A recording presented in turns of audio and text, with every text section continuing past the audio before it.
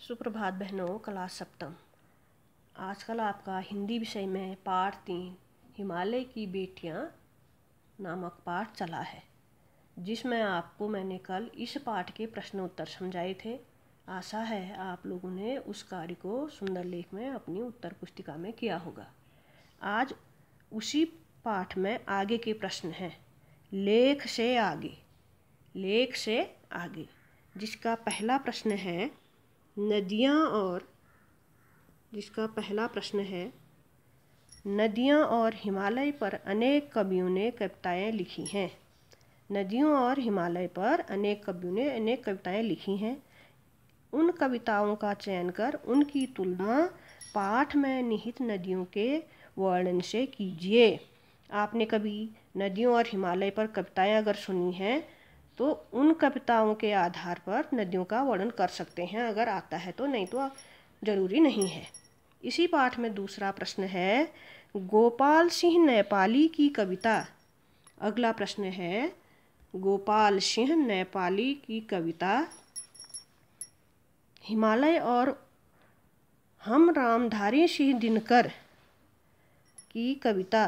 गोपाल सिंह नेपाली की कविता हिमालय और हम रामधारी सिंह दिनकर की कविता हिमालय तथा जयशंकर प्रसाद की कविता हिमालय के आंगन में पढ़िए और तुलना कीजिए। अगर आपने कहीं पर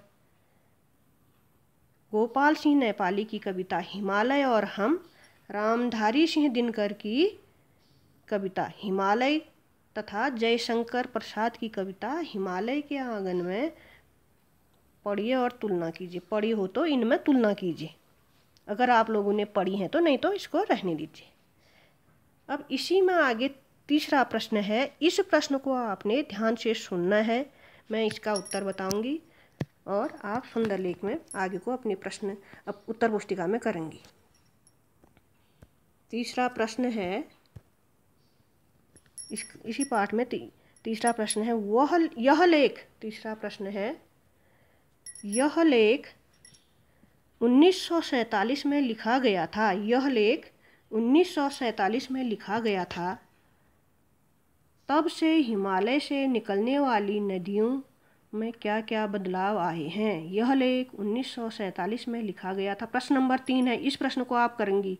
जो पहले के 2 प्रश्न बताए थे उनको छोड़ के इस प्रश्न को लिखेंगी। प्रश्न नंबर 3, यह लेख 1947 में लिखा गया था।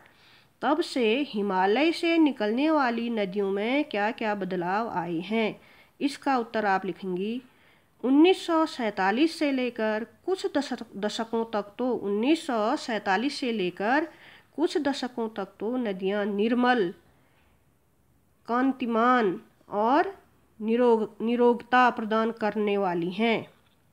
नदियाँ निर्मल, कांतिमान और निरोगता प्रदान करने वाली हैं, किंतु जनसंख्या वृद्धि, औद्योगिक क्रांति, मानवीय एवं प्रशासकीय उपेक्षा के कारण इनमें निहित औषधीय गुण समाप्त हो गए हैं।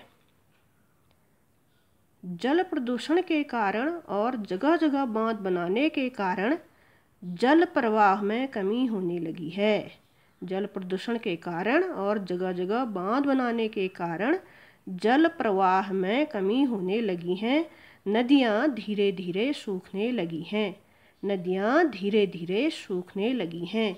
इस प्रश्न का उत्तर ये है। अगला प्रश्न है, इसी में उस प्रश्न को भी आप लिखेंगी। अपने संस्कृत, ये वाला प्रश्न है, अपने संस्कृत शिक्षक से पूछे कि कालिदास ने हिमालय को देवात्मा क्यों कहा है।